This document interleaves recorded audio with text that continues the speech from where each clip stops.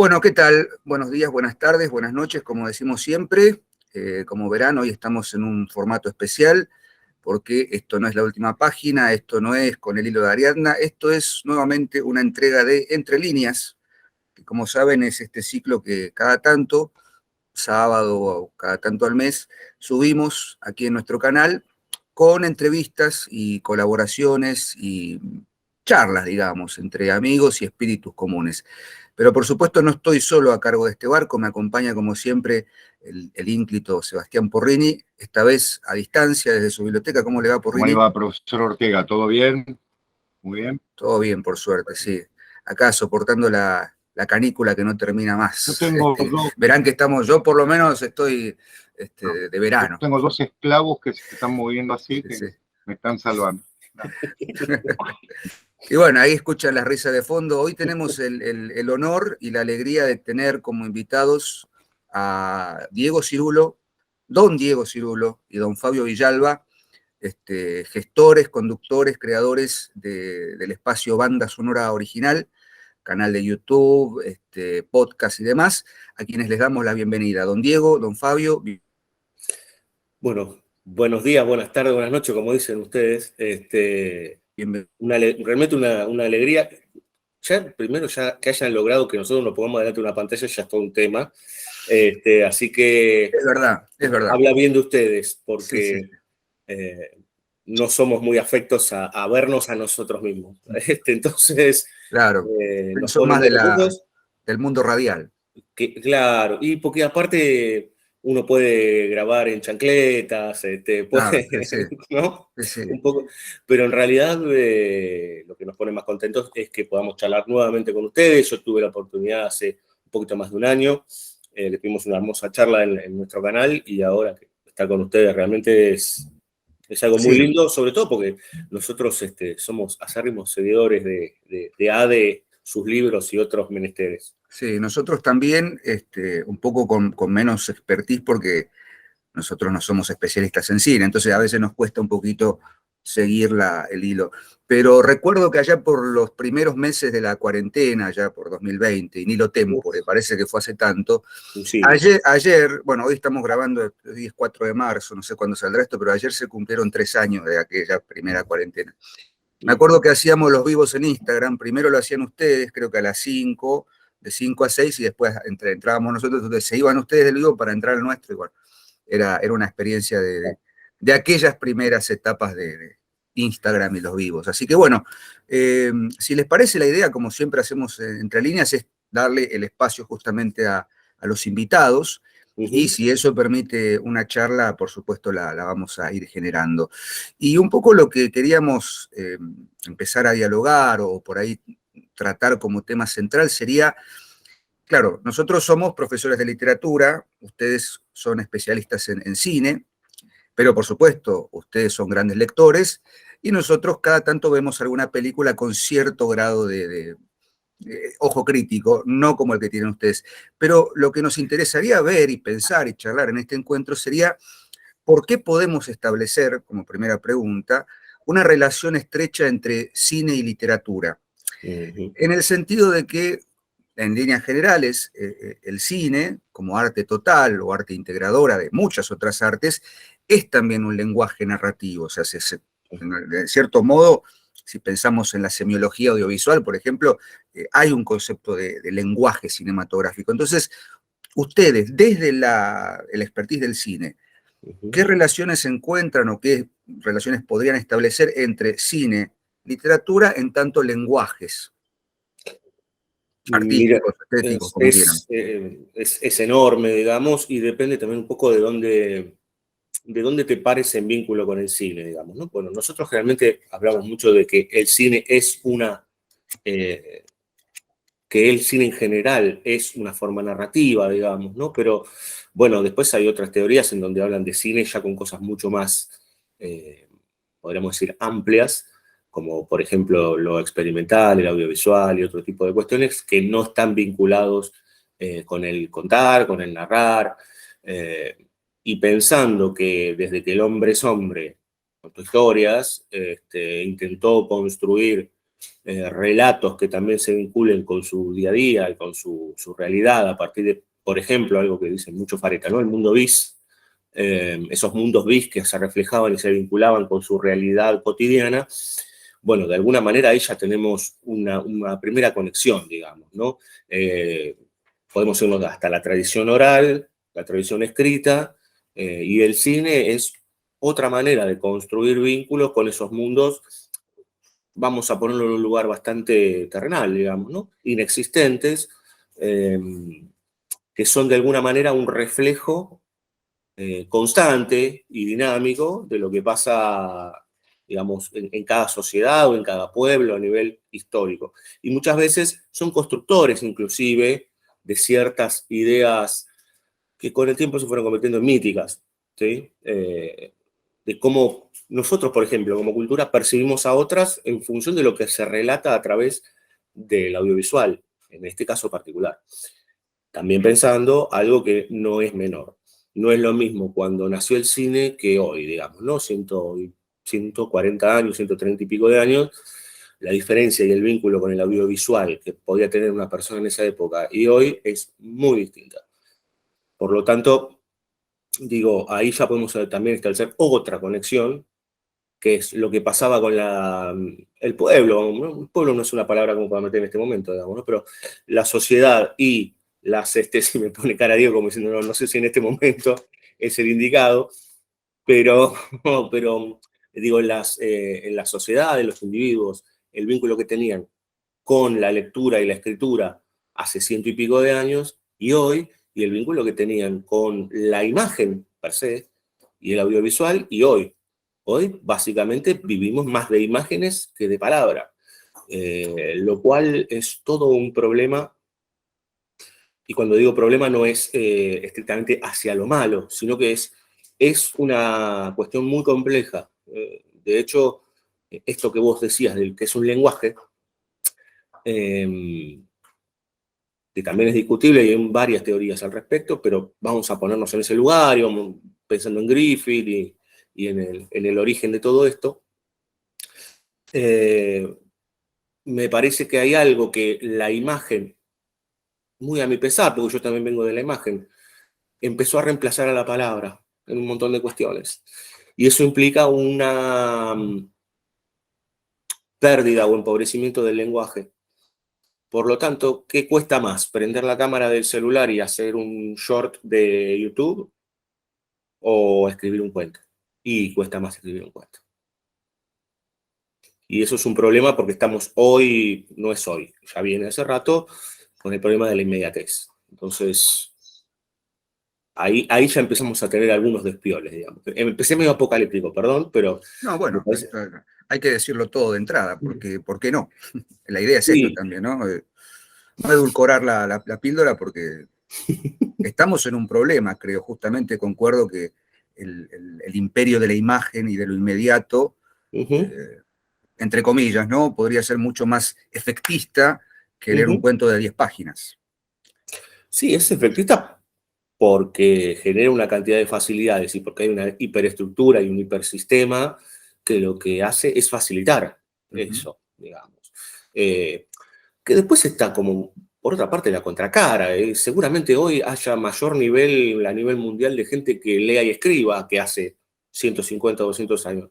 El problema, y es el mismo problema del cine hoy, es qué y cómo. Exacto. O sea, es la base central. ¿Tenemos acceso a la lectura? Sí. ¿Tenemos acceso a todas las novelas y narraciones desde que el humano es humano? Sí. ¿Tenemos acceso a las películas y a todo lo que es audiovisual? Sí. Bueno, ¿qué consumimos? ¿Qué leemos? ¿Qué vemos? ¿Qué escuchamos? Y ahí con esa pregunta, ya el castillo de naipes se empieza a caer. Yo creo que igual ese problema de inmediatez también está en las pocas herramientas que trabajan con la palabra.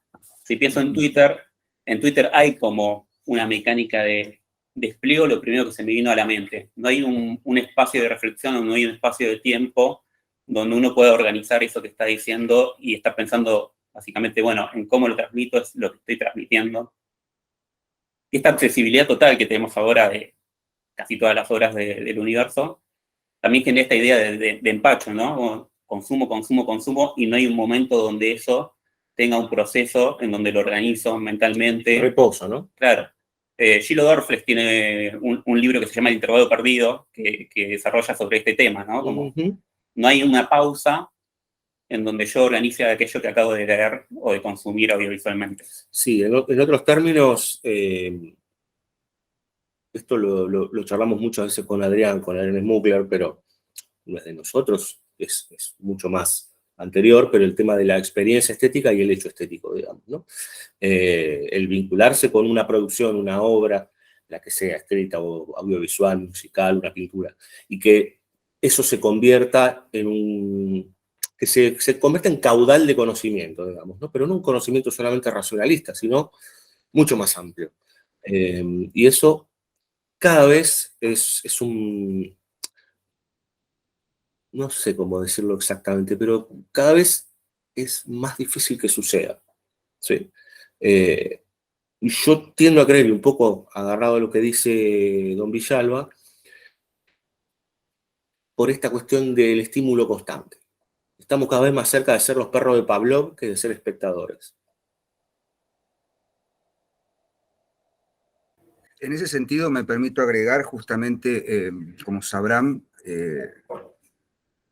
esto me lo hizo saber el querido Héctor Masi también, amigo y espíritu afín tanto a la última página, que creo que también a Banda Sonora, digo, hemos armado así como una comunidad subrepticia de espíritus afines, y él, el año pasado, trabajando con él en otro ámbito, hablaba de las Biblias, ¿no? La famosa Biblia de cada productora, que es como el estímulo constante, ¿no? A tantos minutos del piloto tiene que aparecer tal escena, y eso es fanservice, o bueno, hay también un trabajo muy específico de qué es lo que el público consume, y por ende lo que hay que darle ya premasticado es eso. Y eso es espeluznante, porque ya no hay espacio, como bien decía don Fabio Villalba, esto del reposo, ¿no? De dejar macerar también la idea, y que caiga la ficha o que se produzca el insight de manera repentina o de manera justamente reposada en la literatura o en el arte de la contemplación estética en cualquiera de sus dimensiones. Sí, pero digo, espero que no suene muy New Age, digo, pero ya pensémoslo en términos de nuestra vida a día, cotidiana, en donde inclusive cuando tenemos un problema, queremos que se solucione en el momento, digamos, ¿no? O sea, culturalmente se nos ha introducido algo que tiene que ver, claro, los celulares, digamos, ¿no? Ustedes que comparten canas como yo, sabrán, bueno, Diego no, pero el profe Porrini sabrá que antes uno salía a la calle y nuestras madres nos dejaban correr libremente, se preocupaban por supuesto, pero no había ningún tipo de preocupación, sabiendo que, bueno, que las cosas tienen también su complejidad, pero ahora estamos pegadísimos, nos mandamos audio todo el tiempo, preocupados porque tardó un minuto más. Entonces, estoy sonando muy a gurú de New Age, pero en realidad lo que quiero decir es que estamos en un estadio ya, yo les diría, desde la Segunda Guerra Mundial para acá, cada vez se fue profundizando más, y sobre todo con una mayor presión con la era Thatcher-Reagan, digamos, en donde el liberalismo nos agarró del cogote y nos dijo hay que apurarse con todo y hay que consumir de todo, y lo que va allá adelante es la palabra éxito. Entonces eso viene concatenado de un montón de cosas, digamos, ¿no? Y esa cantidad de cuestiones tienen que ver con nuestro cotidiano y con que me ha pasado a mí, yo he dado clases con Villalba en algunos momentos, pero me sigue pasando a mí en la Universidad de Buenos Aires, que pedirle, y no es su culpa, no es que, porque está también esta cuestión de los docentes, decir que los chicos están mal, ¿no? El problema es nuclear, es un problema mucho más amplio, mucho más complejo, pero de pedirle a los chicos que vean una película de 2 horas y es una locura, ¿no? 2 horas, ¿cómo hago para perder 2 horas de mi vida? ¿Sí? Entonces, se piensa en términos de producto y no se piensa en términos de obra. Y ahí estamos en un momento que yo les diría que es un momento no quiero ser tan negativo, pero la verdad es que decadente y complejo, en términos del audiovisual Ahora, estoy hablando, con la literatura, la expertise de ustedes, porque la verdad es que en ese sentido somos también, como decías vos, Diego, somos ávidos lectores, nada más. Nada más. ahora, Diego, Fabio, Pensando, no, por favor. una cosita, o sea, en relación con esto que dice de la experiencia docente de Diego, también, y por ahí volviendo un poco a la pregunta original del otro Diego, también es como que cuesta un poco hacerse cargo de esa tradición, ¿no? Estas películas de 2 horas, por ahí tengo que ver una en blanco y negro de 2 horas, y entonces no permitirse ser más permeable y encontrar en eso, en aquella película, las herramientas que se fueron desarrollando y por qué lo que estoy viendo hoy es como es, ¿no? Digo que no es una causa o que bajó una película del cielo formada completamente, sino que en realidad hay un desarrollo de herramientas, de lenguajes o no lenguajes, de un montón de estímulos y de cuestiones sociopolíticas que se van acumulando y se van desarrollando para ver lo que estoy viendo hoy. Y como que cuesta mucho, entonces, generar la empatía con el alumno o la alumna de que se pueda permitir encontrar esos elementos en aquellas películas. Porque en realidad uno está seteado, y a mí me pasa como generación en TV, si queremos, ¿no? De esto del corte rápido, que hay que asimilar otro tiempo, hay que permitirse entrar en otro tiempo, otro lugar. Ahora, Diego, Fabio, no habría por otra parte, una contradicción entre esto de la inmediatez y las series que tienen 8.000 capítulos, en las cuales Sí. uno tiene que entregar su vida para ver el avance, digamos, narrativo, por decirlo de una manera. Lo hablo desde afuera porque yo soy un neófito totalmente. No, está muy bien lo que pregunta, profe. A ver, sí, pero no es estrictamente una contradicción, sino que, a ver, series hay desde que la tele es tele, digamos, ¿no? Uh-huh. Pero, ¿no? Yo me sentaba a mirar Brigada A con una chocolatada, pero en realidad la llegada de las series, este tipo de series de los últimos 15 años, podríamos irnos un poquito más atrás también, pero con esta explosión del streaming, tiene que ver con un producto que se ofrece en función justamente de esta inmediatez. O sea, a mí me da la posibilidad de darme la panzada. Uh-huh. Puedo pararlo cuando quiero. Claro. Y tiene otro sistema, que es el sistema que es un término inglés, que es el del cliffhanger, digamos, ¿no? Entonces, cada capítulo lo que hace es estimular tus endorfinas para que digas, uy, ¿qué me estoy perdiendo? Va, y después en el próximo capítulo no pasa nada. Pero te hace enganchar de vuelta, digamos, ¿no? Los gringos le dicen binge watching a eso, ¿está bien, no? Binge watching es cuando ves, sí, una serie de corridos, o una temporada de corridos. Disculpen, a veces se me usan los términos. Pero, digo, de alguna manera, ahora porque el cine se consume mucho más en casa, pero cuando arrancaron estas series desde las plataformas, sobre todo Netflix, era la opción de quedarte en tu casa, en pantuflas, parar cuando querías y ver la cantidad de capítulos que querían. Y aparte, porque si pensamos estrictamente en cine como lenguaje, bueno, muchas de estas series lo que están ofreciendo, no sé si es estrictamente cine. ¿Sí? O sea, estamos hablando de cuando el contenido, vamos a ponerlo en estos términos, un contenido está todo verbalizado y no está puesto en escena, bueno, es informativo, digamos, ¿no? Y hay muchos casos de esos, ¿sí?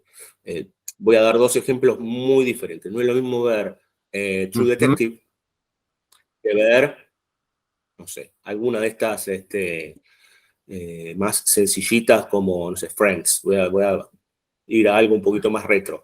Pero True Detective intenta construir sentido y son más pesados para la época. Es casi contrapelo. En cambio, Friends puede estar prendido y podemos ir al baño, podemos volver y no hay problema con eso. No hay ningún problema. Para mí sí es un problema, pero digo, en general no es algo que genere un problema. Está casi como la radio de fondo. Claro. Sí. Que además, perdón, pero se consumen muchas veces mirando el celular. Se consume muchas veces viendo en Twitter o opinando en Twitter en el momento que lo estoy viendo. Y estoy viendo esta serie porque la está viendo otra gente, que es totalmente válido, ilícito, y todos queremos pertenecer a algún grupo, pero también está eso, no hay un compartir experiencias de, che, yo vi esto, yo vi lo otro, no, es como tenés que ver esto y tenés que verlo ahora cuando lo estoy mirando yo, porque si no te estás perdiendo todo lo que estoy diciendo. Claro. Ahora, caballeros, una preguntita más, sí. Diego, y vieron, Ángel dice que en Hollywood, de alguna manera, había una máscara, y luego lo profundo, la clase B, donde se...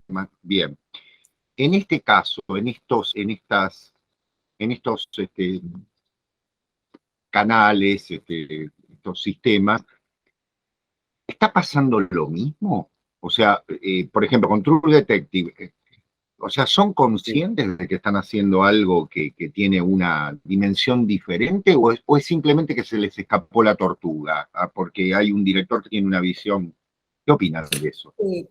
Yo, a esta altura del partido, creo que ni a Jack Warner en su momento, ni a cualquiera de los dueños del mundo, que son 4 o 5, que manejan los medios audiovisuales, se les escapa la tortuga. En tal caso, sí puedo creer que está todo ya tan sobre la mesa que si aparece, voy a decirlo, va a sonar un poco bolchevique, pero si hay una pretendida propuesta antisistema, como por ejemplo True Detective, que pone en un lugar neurálgico el tema del espíritu humano, no es un problema. Digo, no es un problema. Digo, Puede desde decir que es inocuo, digo. Es ¿cómo? inocuo, digamos, no pasa. Lo voy a decir así, gracias a Dios es una botella enema. Claro.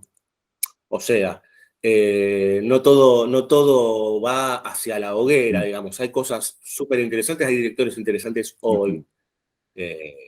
Nosotros, porque ahora estamos mencionando todo lo que armó Nick Pizzolatto en los últimos 10 años, ¿sí? Que tiene que ver con True Detective.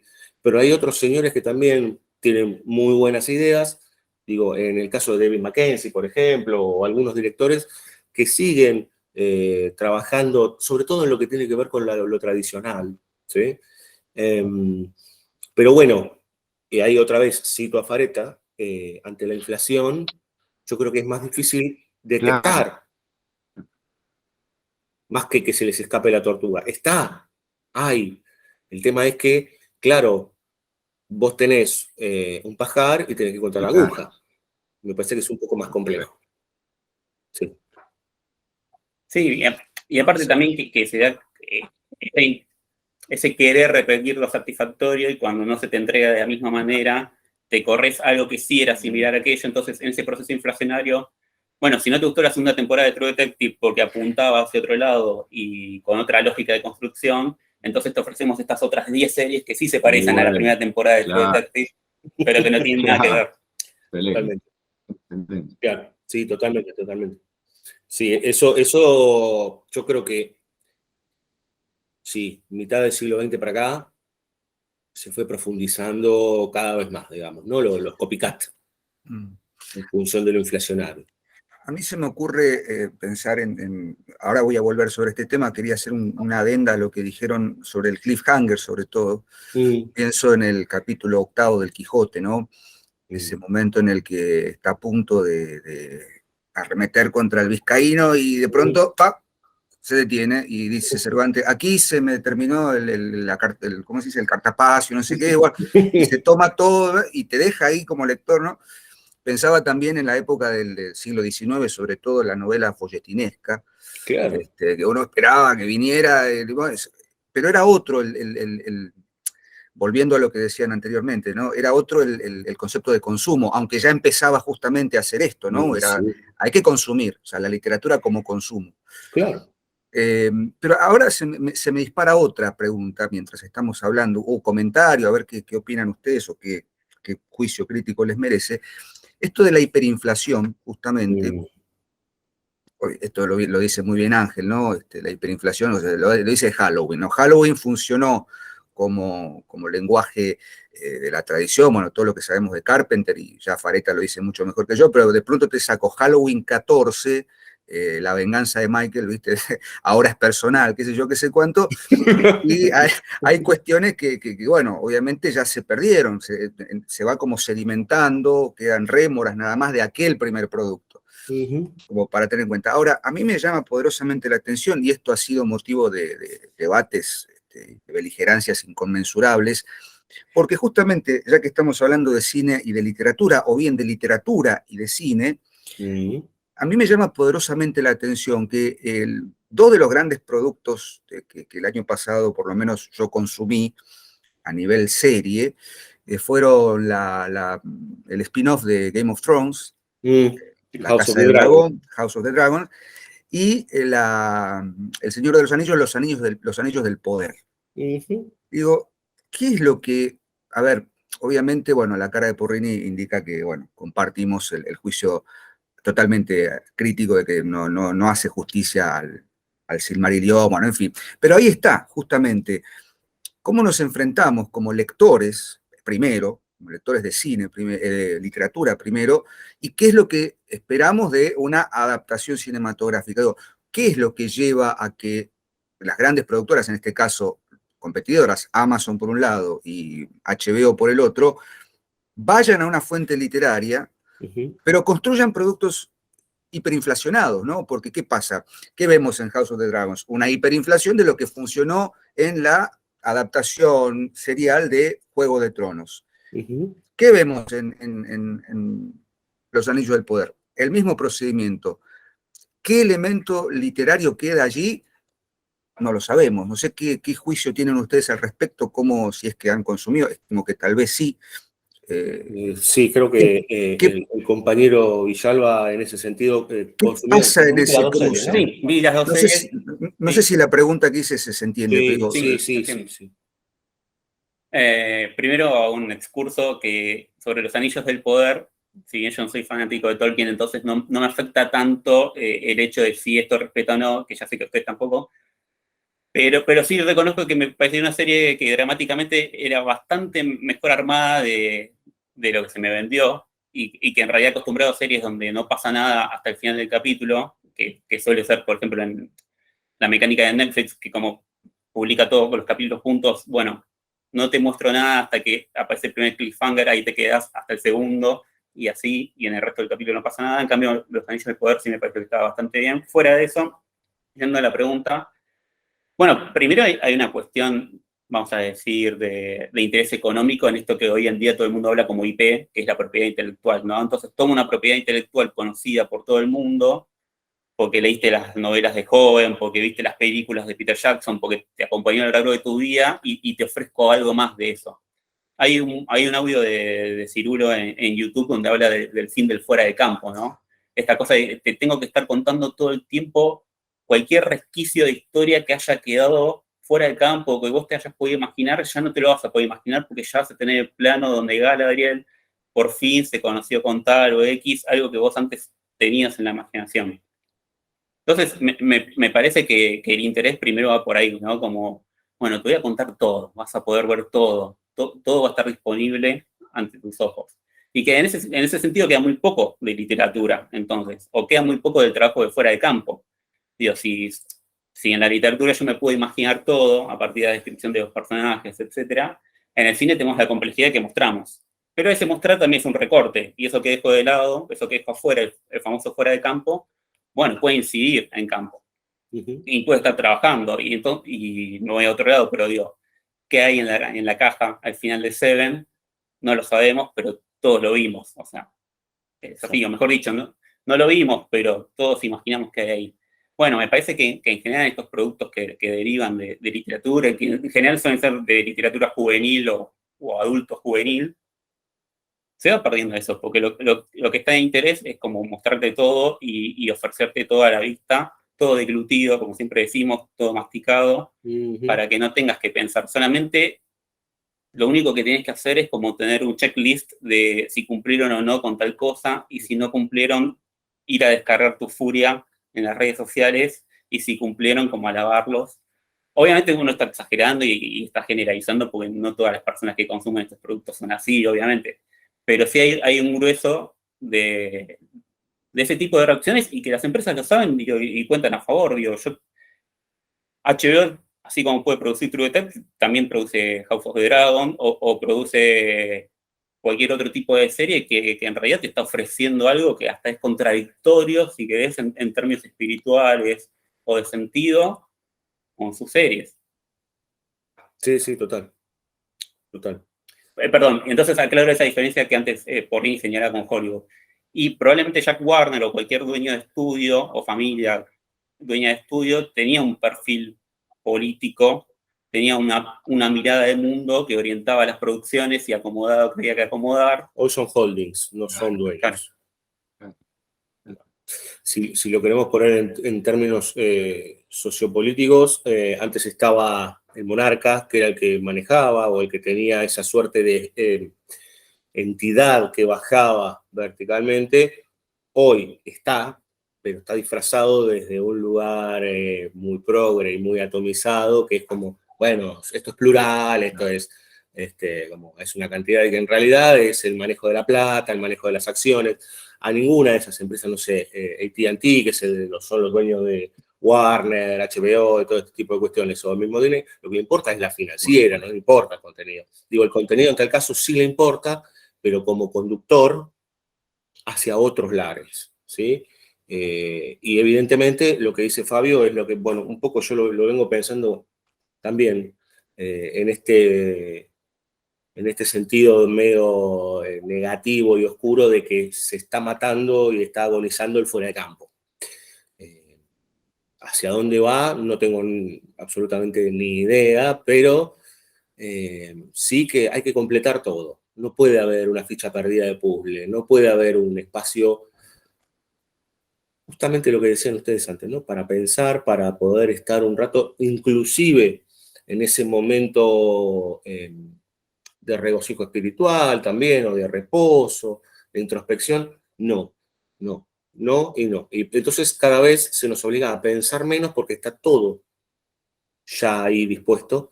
Y nosotros también somos un poco culpables porque exigimos estructuralmente como sociedad, humanos, etcétera, pedimos que nos sigan completando, ¿no? La idea del fanservice que nombraba antes Diego es siniestra, es siniestra. Hoy pedimos una película como si pidiésemos un pollo con puré. A mí me pasa algo, para agregar esto, no quiero monopolizar el discurso, pero me pasa, por ejemplo, yo estoy consumiendo ahora The Last of Us, ¿no? Esta serie Sí. basada en ya directamente una traslación, y ahora vamos a hablar de ese concepto de transposición del Sí. famoso videojuego de los primeros años del 2010, Mm. que automáticamente después se me llena el feed de YouTube de todo lo que no viste del capítulo tal, ¿no? Entonces Sí. se toman 20 minutos para explicar plano por plano, entonces está todo como masticado para que vos después vayas a Twitter o a las comunidades que se arman en Facebook y tal, para decir, bueno, sí, esto no lo vi, bueno, y es como que estamos como si estuviésemos sobrealimentados, llenos, digamos, necesitamos un alicate, como dice Fareta muy bien, un antidigestivo cinematográfico, bueno, en este caso seriales. Pero estamos hablando un poco de estos productos nuevos, quizás habría que ir más al terreno que es más dúctil, que es el cine, ¿no? La idea de cine, y no tanto el tema serial, porque eso ya es para otro programa, si quieren, pero para ustedes, que son más... son especialistas en cine, ¿cuáles son, así, en líneas generales, los directores que han entendido a lo largo del devenir, sé que esto lleva mucho tiempo, pero directores esenciales para entender este concepto que mencionaba anteriormente, la transposición, ¿no? La transposición del lenguaje literario al lenguaje cinematográfico, por supuesto, bajo la premisa de que son dos formas del lenguaje Totalmente distintas. Sí.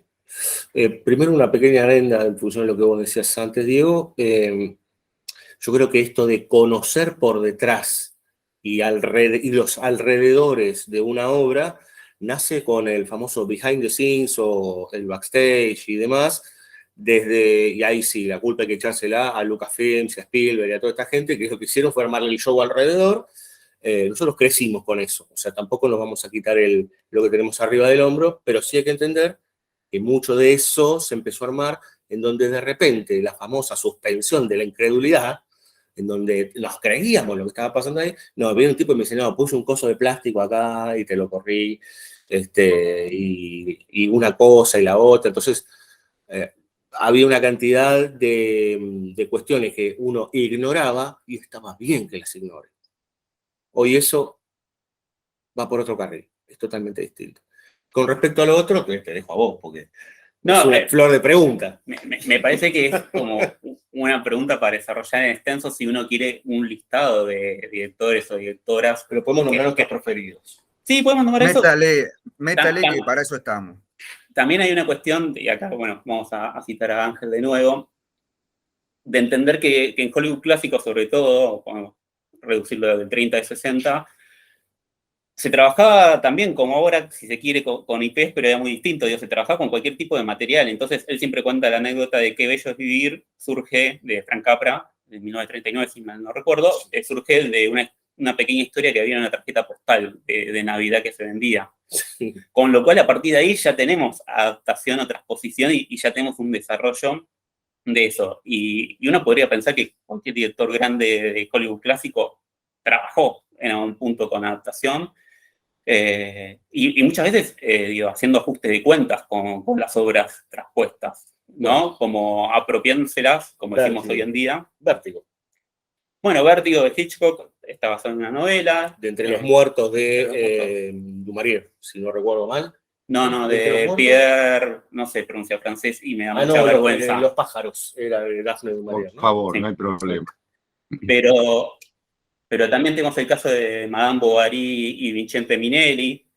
Está lleno de películas basadas en obras literarias o en obras teatrales, si queremos también, y traspuestas o trabajadas de tal manera que, vamos a decir, no me surge el término, voy a decir se acomodan, pero en realidad que van trabajando en línea con la mirada de mundo del director que tomó esa obra y que la va desarrollando. Sí, totalmente. Totalmente, digo, bueno, después están las que tienen el vínculo directo, no sé, digo una ahora que se me ocurre, Cumbres Borrascosas, por ejemplo, o que llevan el mismo título que la obra, o si quieren nos venimos un poco más acá, todo lo que está vinculado con Stephen King, digamos, ¿no? Pero que ahí tenemos sale una atrás de la otra sobre la nutrida obra de King, pero si vamos al Hollywood clásico, hay algo también que pasaba en ese momento, que había una dinámica en donde inclusive escritores de novelas o periodistas o narradores se iban a los estudios y escribían en los estudios o tenían una suerte de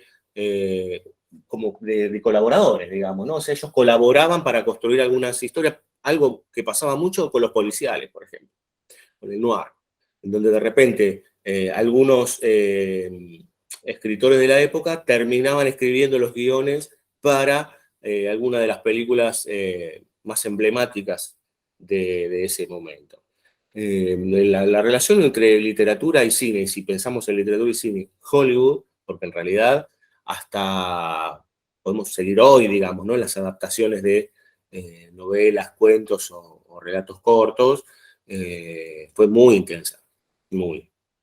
Estaba todo marchando hacia, digo, Viñas de Ira, se me ocurre ahora, digamos, ¿no? O sea, también, digo, podemos estar un rato largo hablando de la cantidad de novelas y de historias que pasaron al cine. En tal caso, lo que sí es interesante es ver eso de cómo se convierte lo que era palabra en puesta en escena. Para mí, el animal de eso es Hitchcock. Sin lugar a dudas. Yo recién mencionaba Vértigo como epítome. Pero sí, tenés Pacto Siniestro, tenés Psycho. Sí. Es inagotable. Y Psycho, que era un relato que, a ver, bueno, El Padrino. Venga. Digamos, ¿no? O sea, no tenemos nada en contra del querido Puzo, pero digamos, entre la novela y lo que... Bueno, pero, perdón, Porrini, si usted tiene alguna pregunta, adelante. Sí, justamente, me quedé pensando y lo estaba notando aquí, tal vez esto sería para que lo conversemos más largo, pero me quedé pensando en el concepto que recién los dos desarrollaron sobre el fin del fuera de campo. Permítanme una reflexión breve y los dejo que lo piensen.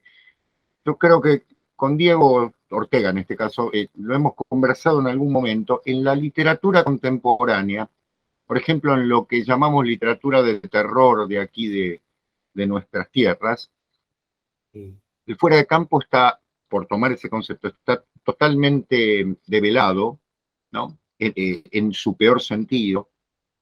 Es decir, el terror se ha convertido en una máquina de cierto psicoanálisis degradado, ¿no? Es propio de ciertos seres marginales. Me estoy equivocando, ¿no? Es incorrecto políticamente, no son marginales, sino que son parte de, como decimos siempre, un paso del misterio al enigma, ¿no? Es decir, de aquello que es mejor no develar a aquello que puede ser racionalizado. Y yo ahora pienso, digo, también casi en una pantomima, ¿no? Es decir, se presenta como algo que está expuesto, ¿no? Y en ese sentido, con esta enmienda de la totalidad que parece que todo tiene que tener, el tema del fin del fuera de campo, caballeros, ¿es de alguna manera un sucedáneo del fin del cine, como dice Ángel? También es una gran pregunta. Yo creo que viene todo a caballo, digamos. O sea, primero que yo no tengo del todo claro, digo, es algo que a partir de experiencias fuimos charlando con Villalba, esto de la lenta agonía de fuera de campo.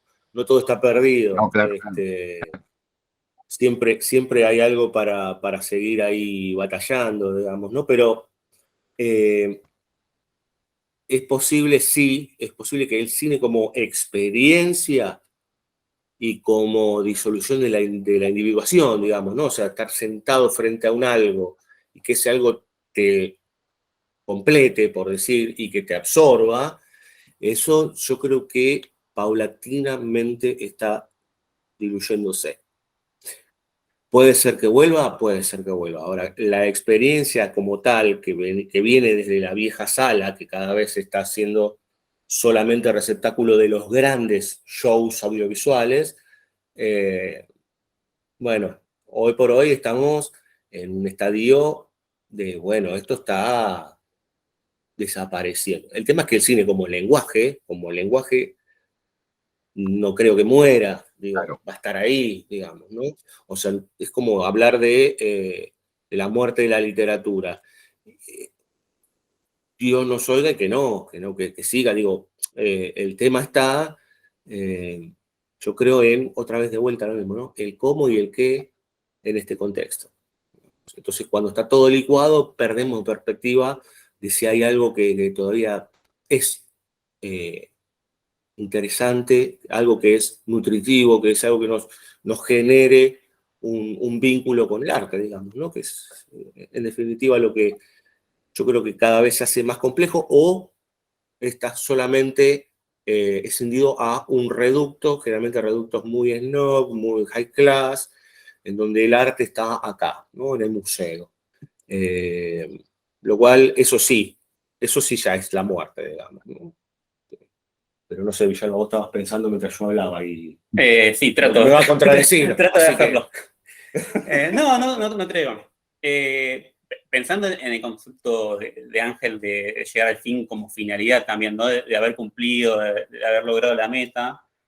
Y pensando en otro concepto que él muchas veces comenta de Teilhard de Chardin, bueno, va a llegar un punto donde el hombre va a llegar a un umbral donde ya lo sabe todo y bueno, tiene que cruzar ese umbral para seguir avanzando. Y si no, el mal va a tomar forma, no me acuerdo ahora La la vuelta expresión, pero bueno, claro. si no... Se va a declarar la huelga general del espíritu. Gracias. Si no nos hacemos cargo de esa tradición que tenemos, digo, si no aprendemos a mirar, y yo soy el primero digo, que se tiene que sentar y mirar y saber mirar. Se predica con el ejemplo, claro, como dirían nuestros docentes, nos decían, ¿no? Claro, me da la sensación de que un poco va en paralelo eso, ¿no? Como, bueno, si yo no me siento a ver todo lo que los monstruos que vinieron antes hicieron con conciencia, en términos críticos, y si no me pongo a reflexionar en términos críticos con la nueva obra sobre eso, bueno, lo que voy a hacer en realidad son reproducciones de historias y no mucho más. Que no está mal, digo, obviamente todos queremos que nos cuenten una buena historia, y me parece que el desarrollo de la figura guionista-productor que se daba en las series, que ahora haya llegado al cine, digo, tan como las películas de superhéroes, etcétera, donde como es más importante ese tipo de figura de, yo conozco todas estas historias, pero por ahí no conozco el sentido de esas historias, o no me estoy preocupando por el sentido que desarrolla esas historias, sino el hecho de las peripecias en sí. Bueno, me parece que de alguna manera es como seguir rizando un rizo, que tipo, bueno, hasta que aparezca alguien o hasta que cambie el espíritu de la época o lo que sea, pero donde vamos a ir a consumir historias para pochoclo, y que cada tanto va a aparecer alguien que tiene plena conciencia de qué está contando con esa historia. Que de nuevo, se puede dar en una película de superhéroes, como se puede dar en un melodrama, como se puede dar en una de terror. Eso no tiene nada que ver, digo, con dónde ubicamos a la película en términos genéricos, sino en realidad como con una plena conciencia del equipo que lo está haciendo, de saber hacia dónde está orientando al espectador y hacia dónde lo quiere llevar. Yendo específicamente a otra cosita del terror que comentaba Porrini, también me parece que la eliminación de la otredad, o ese intento de buena conciencia, de progresía, de la eliminación de la otredad en la vida diaria, dificulta mucho después escribir historias de terror, porque si no hay otredad, si yo no me puedo permitir que otro sea mi enemigo, o que sea eso que tengo que experimentar y que por ahí me muestra lo más oscuro de mí, y bueno, está difícil entonces, porque las historias de terror van a ser historias de Teletubbies nada más. No, es que aparte todo, antes la frase era todos somos malos per se, el tema es que luchamos con ellos. Hoy todos somos buenos per se, y no luchamos con ellos, sino que, bueno, somos buenos. Entonces, bueno, qué sé yo, digamos, todo en estas épocas pasteurizadas, por decir, de buena onda, de buenos modales, por favor, que no se lea, porque ya hemos tenido algunas conversaciones con otras personas que piensan que somos un partido neofascista. No, estamos hablando de otra cosa, estamos hablando de que el mundo como tal, desde que es mundo, es conflicto. Chiquito, grande, mediano, como ustedes quieran, pero es conflicto. Todo el tiempo estamos en un movimiento constante en donde un día son los mongoles, otro día es el Carlos V y otro día son los Estados Unidos de América. Entonces, digo, esta idea de que todo es conflicto constante está siendo evitada. Yo creo que también por la irrupción de otro producto muy de lo que sería el liberalismo de los últimos 40, 50 años, que es esta mirada New Age del universo, digamos.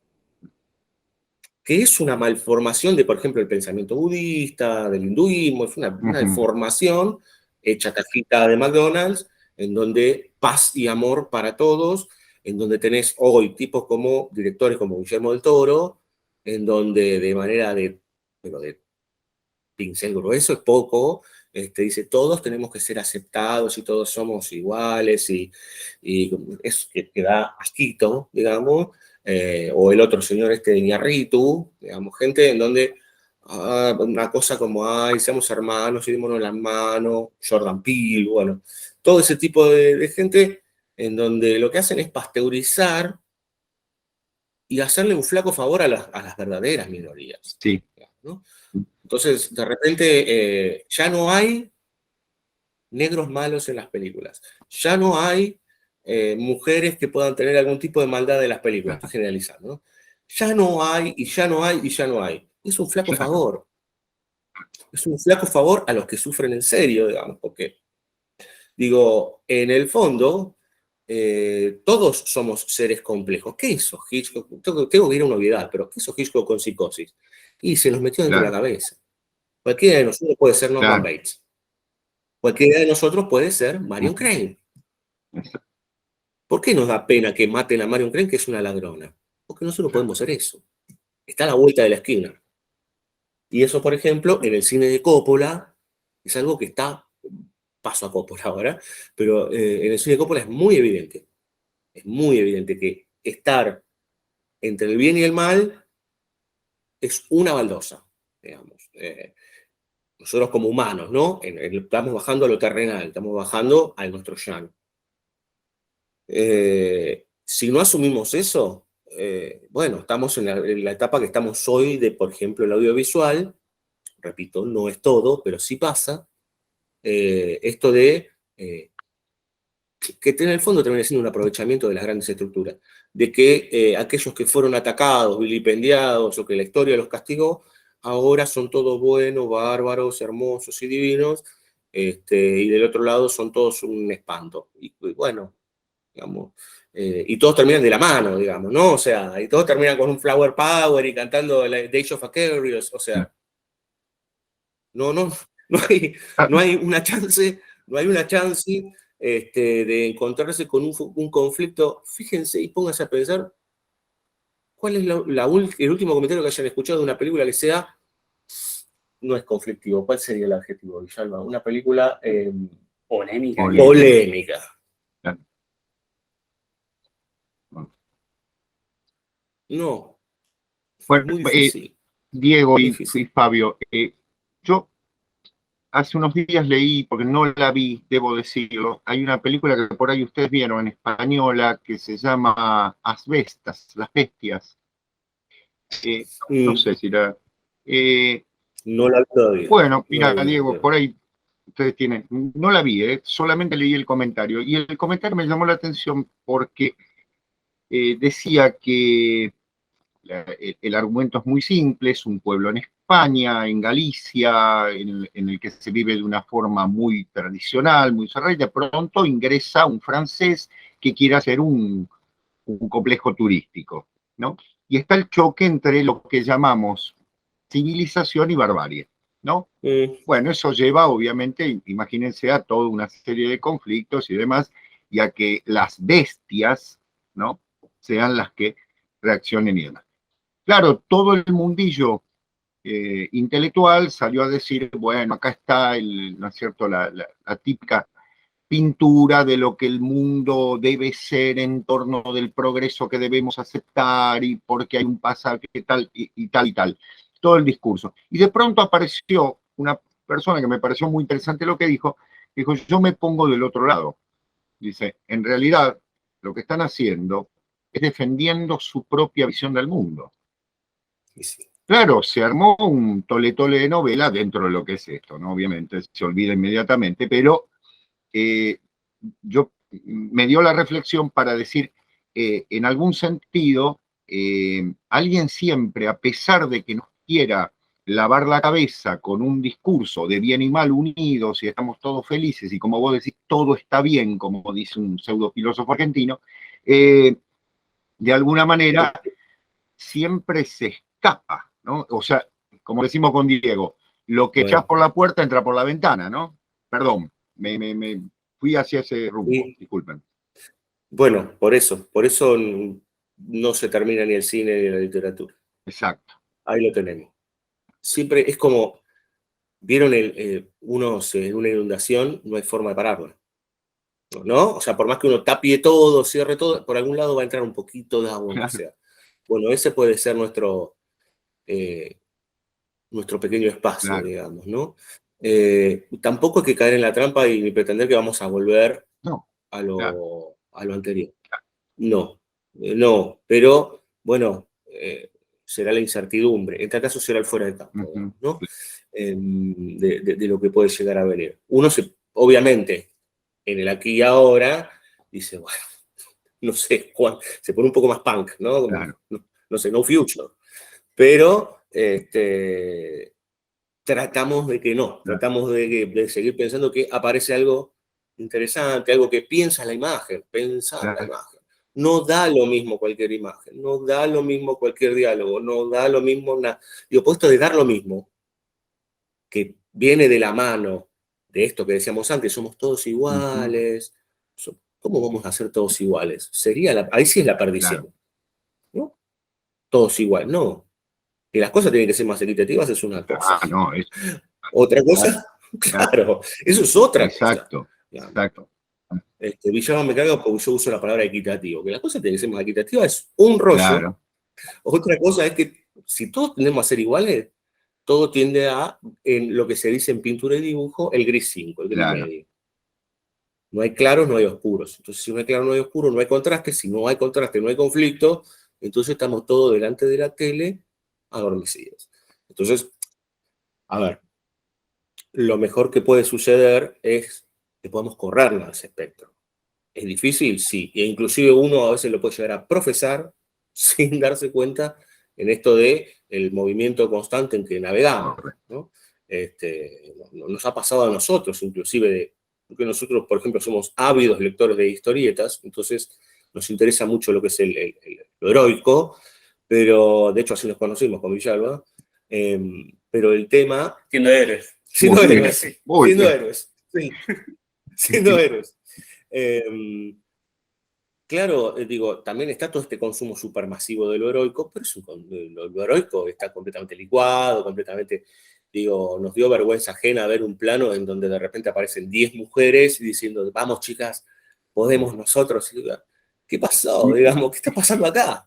Digamos, no estamos absolutamente ni en contra ni nada de la lucha por sus derechos de las mujeres, sino que en realidad lo que acaba de pasar es que Disney se avivó y ya está. Listo. Y nosotros estamos contentos porque nos lo pusieron ahí, nosotros como seres humanos. ¡Ay, qué lindo! Ahora todos tenemos oportunidad. No, mentira. Digo, ese es el tema, es mentira. Exacto. Yo creo que eso de equidad y tal, podríamos trasladarlo a homogeneización en todo Total. caso. Total. Sí, es eso. A ver, acá vamos a ponernos, ya que entramos en camisa de 11 varas, pongámosle 12, 13 más, ¿por qué no? Es una camisa de fuerza nos van a poner. Pero digo... y no viene la policía. Pero qué sé yo, pensaba en Céline, por ejemplo, Luis Ferdinand Céline, entre tantos que podría pensar, ¿no? El fenómeno bueno, y la cultura de la cancelación y todo lo que, o sea, acá hay una batería de cuestiones, pero está pasando en la literatura también, algo cada vez más progresivo, sobre todo en la literatura, digámoslo en términos más simples, de esta zona, ¿no? De esta zona de influencia, digamos, rioplatense, latinoamericana y tal, esta proliferación de las famosas llamadas literaturas marginales, ¿no? Sí. Y justo traje acá, lo tengo recién adquirido, el último libro de Ángel, que se va a ver al revés seguramente, sí, que es la traducción de la melancolía con sus adendas y correcciones y tal. Y Ángel dice algo muy interesante acá, que es distinto a lo marginal que se entiende hoy por literatura, que es que, bueno, como sabrán ustedes, cuando el centro ya no emana, se va a los márgenes, ¿no? A los limes, ¿no? Hay todo un abordaje, perdón, y un apartado interesante sobre ello. Una cosa es, como decía Cirulo, ¿no? La inundación no la podés parar, no la podés parar, pero en algún momento encontrás un botecito, una canoa que te saca por alguna vertiente o por algún cauce distinto. Esto de ir al margen no significa desde el margen querer ser centro, no sé si me explico. Claro. Que es de alguna manera lo que está pasando. A ver, qué sé yo, voy a decir algo polémico ya que estamos. Hace tiempo, 2 o 3 años, vi con una adaptación del ciclo artúrico, y de pronto el rey Arturo, britano, ¿no? Sí, digamos, de una etnia claramente caucásica europea, era afroamericano. Ni hablemos de la adaptación de la Ilíada, donde Aquiles directamente es prácticamente un nubio. Entonces, está bien, uno podría decir, bueno, qué verista que se pone Ortega, ¿no? Como que purista con él. Después traslademos a esto de también elfos de etnias afroamericanas y tal, y qué sé yo, ahí podemos entrar en un debate mucho más grande. Pero creo que tiene que ver con esto. Algo que se repite, o que es un bajo fondo continuo, tanto en el lenguaje de la literatura, o digamos, la literatura como tal, sobre todo contemporánea, y el cine y las series y tal, es esto que decían Cirulo y Villalba, ¿no? Esta cosa de, bueno, vamos a homogeneizar. Total, todos tenemos los mismos derechos, o sea, bien y mal ya no existen como tales. Todo está bien, está bien que ese es el tema, todo está bien. Está bien empoderar, está bien, y volvemos a Ángel, ¿no? Está bien regalar derechos, total, hoy todos tienen derecho a, y el cupo a tal. No estoy en contra, que se aclare esto, por ahí no, es que no es el problema ese. Digo, no estoy en contra, estoy totalmente a favor de la equidad de derechos, claro, en el ámbito social y cultural. Ahora, cuando tenemos que plantearlo a un punto de vista real de lo que sucede en el llano, Y no es así. No es así. O sea, como bien dijiste, Cirulo, digo, Norman Bates, no sé, cualquiera. Y Marion Crane también. Podría ser Marion Bates o Norman Crane, qué sé yo, podríamos empezar a jugar ahí. Digo, pero esa cuestión de tratar de llevar todo al mismo terreno y que todo está bien, y todo, eso se perdió. Sí, sí, y el congraciarse, porque ese es el tema. Vuelvo a citar a Fareta, digamos, ¿no? Pero ya lo vi, o sea, el enemigo lo vio primero, entonces, ¿qué hace? Ve que lo que se está reclamando, voy a decir cualquier cosa, ¿no? Es el derecho a, o la ampliación de derechos del mundo LGTBQ. Ok, ¿qué hace? Venga. Miren, si uno mira las publicidades, por ejemplo, hoy, publicidades en el mundo televisivo, / YouTube y todo este tipo de ustedes, ¿qué hacen? Aparecen figuras de ese estilo. ¿Pero qué es? ¿Porque ahora culturalmente han sido más aceptados? No.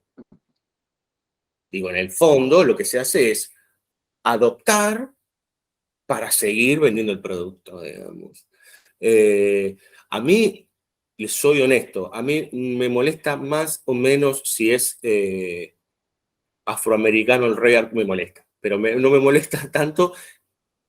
A ver, me molestaría más si en la misma narración artúrica que se propone, lo que se dice y lo que se hace está en relación a un gesto progresista de, qué sé yo, y de que éramos, no sé, antes de que lleguen los daneses éramos minoría, éramos mayoría, ahora somos minoría, no sé, digo una pavada. Eso me molesta más. Después, si es, porque me ha pasado inclusive con, ¿cómo se llaman las hermanas Wachowski? Que se convirtieron de su didactismo audiovisual muy interesante de fines de siglo con The Matrix, se convirtieron en básicamente una pegatina de gestos progres en donde aparecen chinos de piel negra, en donde todo está puesto adelante de nuestro rostro, de todas las problemáticas que tenemos a nivel mundial. Y la verdad que en ese sentido, digo, las problemáticas no las vamos a negar, y me parece que lo importante es evidenciar los conflictos. Ahora, pasteurizarlos es un tema. O sea, digamos que es una cuestión más bien de gesto, de forma y no de fondo. De postura. Todavía. Es pose y no es postura. Pose, ahí está. Pose. Es pose. Hay una palabra que está circulando mucho hace un tiempo que es representatividad, ¿no? Si yo no veo un símil mío en la pantalla, no me siento representado. Cuando justamente, si estamos hablando de Psycho, es porque todos, si la vemos con buena voluntad, ¿no? Si ya la vemos cerrados, no va a pasar. Pero si nos enganchamos con Psycho, todos nos vamos a ver representados en algún momento en Norman Bates o en Marion Crane. Todos vamos a caer en esos lugares y después, si tenemos ganas, nos podemos pensar en relación a eso. Ahora hay como un lugar donde yo necesito a alguien que sea parecido a mí para sentirme representado. Y entonces todo el resto de los personajes, las situaciones dramáticas, digo, ¿para qué están si yo lo único que necesito es básicamente un Crash Dummy mío o un Playmobil mío ahí? No tiene ningún sentido. Claro. Un surrogate, claro. ¿Cómo se dice? En inglés es surrogate. Sí. Un avatar. Una especie de... Claro, bueno, un perfil. James Cameron lo dijo, ¿no? ¿Quién? James Cameron lo dijo ya con Avatar, digamos, yo creo, ¿no?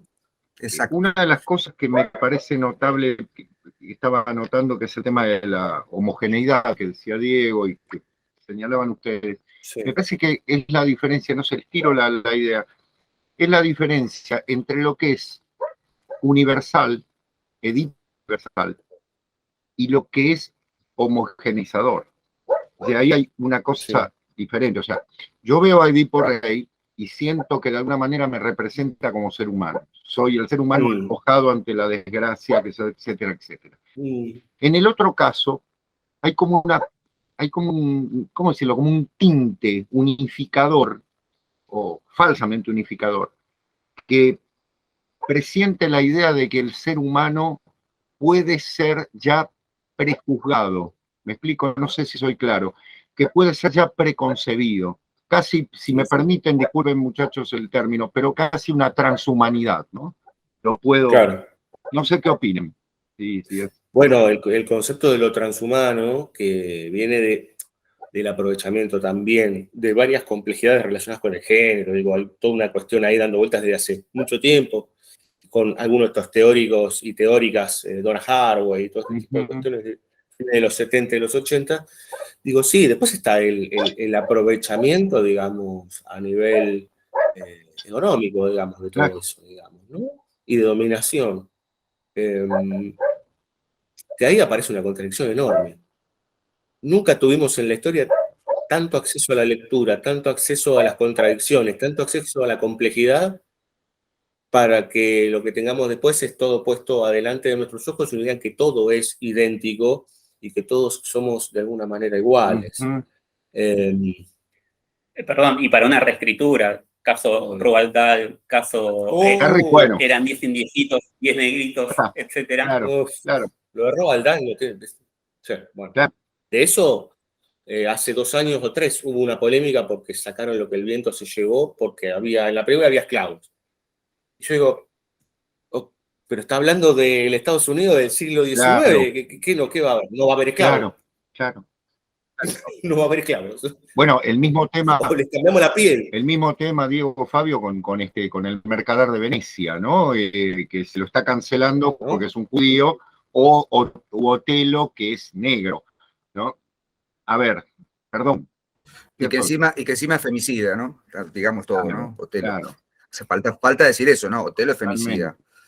Ni una menos. Pero justamente, si pudiésemos, digo, yo no sé si está en el ámbito dado, pero si pudiésemos hacer una lectura, digo, justamente hablaba de los femicidios, pero una lectura de que en muchos de esos casos, digo, nosotros ya lo vimos, por ejemplo, en Norman Bates. Digo Norman Bates porque en el mismo año sale Peeping Tom, que también es una gran película de Powell y Pressburger, dos ingleses, muy a nuestro pesar con el tema de los ingleses, pero bueno, existió Hitchcock. Pero si pudiésemos retornar, lo cual también, ahí estoy entrando en un terreno de contradicciones, pero si pudiésemos retornar y mirar que ahí hay un montón de cuestiones para nosotros preguntarnos cuánto de eso nosotros estamos insuflando, cuánto nosotros estamos haciendo y pensando, bueno, empezaríamos a estar en otra sintonía. Yo tiendo a creer que eso es muy difícil que suceda. ¿Sí? Tampoco quiero entrar otra vez en el terreno New Age, pero muchas veces el arte lo que construye es que empezamos a ponernos justamente en problemas. Y ponernos en problemas es pensar. Y a veces pensar es, che, ¿qué estoy haciendo? ¿No? Entonces algunos gestos y algunos, inclusive cuestiones violentas, como las que mencionaba Diego, no digo que las van a sanar, no digo que las van a subsanar, pero por lo menos se van a poder pensar.